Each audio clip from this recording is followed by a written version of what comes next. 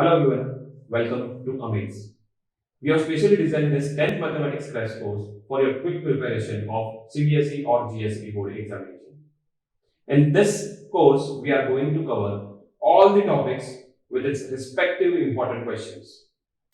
Now, gear up for our exclusive crash course. Okay, now let us begin with our first chapter, that is real numbers, right? So what do you mean by real numbers? Real numbers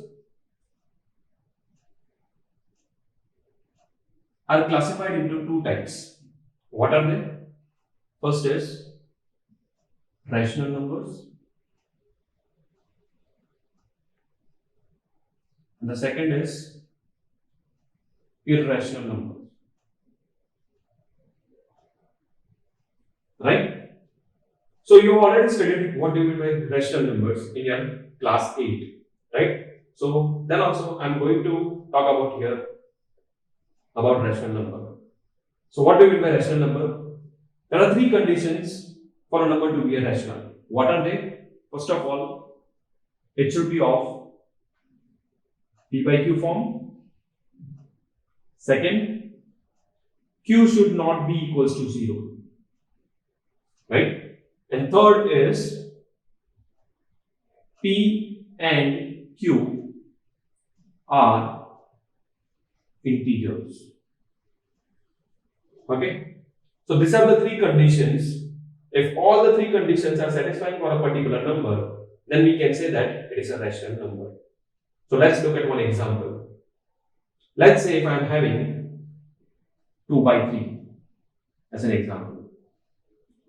Okay. So now can I say it is p by q form? Yes, it is p by q form with p as 2 and q as 3. So this is satisfying, right? Next is q should not be equals to 0. Right? So here as you can see q is 3 which is not equals to 0. That means this is also satisfying, right? P and q are integers. As you can see p is 2 here and q is 3 here. And 2 and 3 are integers, right?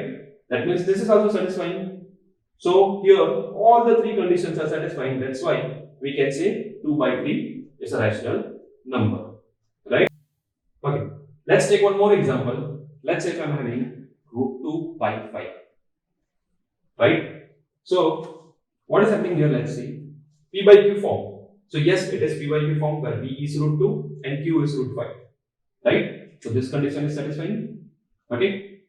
Q is not equals to 0. So here q is 5. That means it is not equals to 0. That means this is also satisfying. Third condition is p and q are integers, where q is equals to 5, which is an integer. But p is equal to root 2, which is not an integer, right? Because integer means negative numbers, 0 and positive numbers, right? Where root 2 will give you decimal number, okay, which is not a integer. Therefore, this third condition is not satisfied here. So I cannot say this is a rational number, right? So 2 by 3 is one of the rational number. I can write down many more examples. Let's say if I'm writing only 3, 3 means 3 by 1, which is again p by q form, where q is equals to 1, which is not equals to 0, and 3 and 1 both are integers. So I can say 3 is also a rational number, right? Let's say minus 5 by 3. Okay, all these are rational numbers. Right? Now, what do you mean by irrational numbers? Irrational numbers means the numbers which are not rational are known as irrational numbers.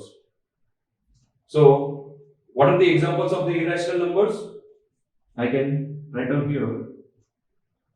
Let's say if I am having, as we have discussed here, root 2 by 3, which is not a rational number. Therefore, root 2 by 3 is an irrational number, or root 3 by 3 I can also write it down. Right, which is a irrational number. Then minus 1 by root 2, which is also an irrational number.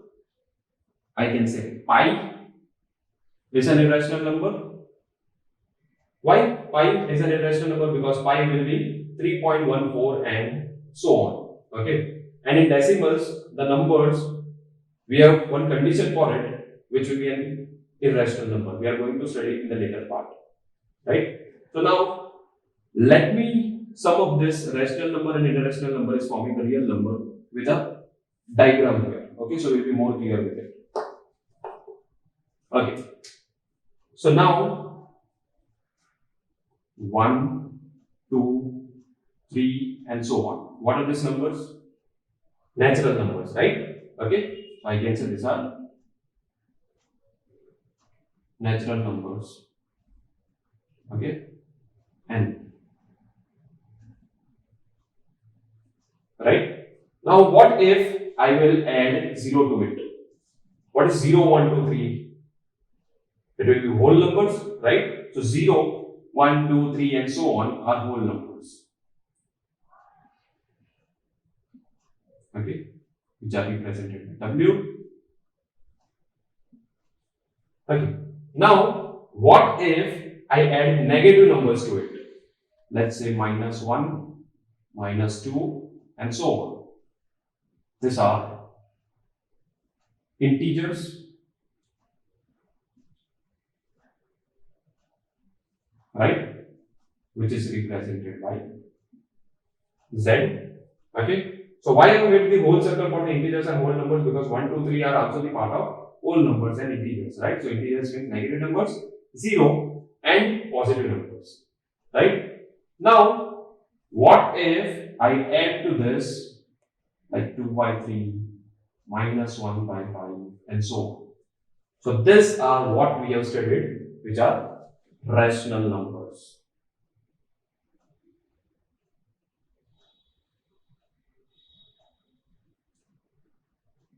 Rational numbers, and it is represented by capital Q. Right? Now, coming to the next point, irrational numbers. So we have studied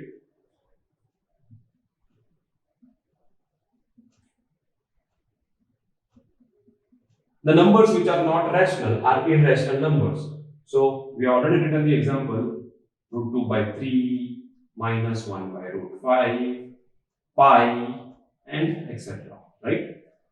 So now, as you can see, this is the formation of rational numbers and this is the formation of irrational numbers.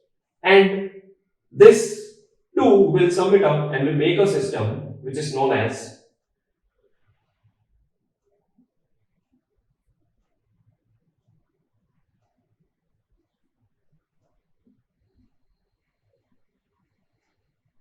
real number system. Right? So everyone are clear with this?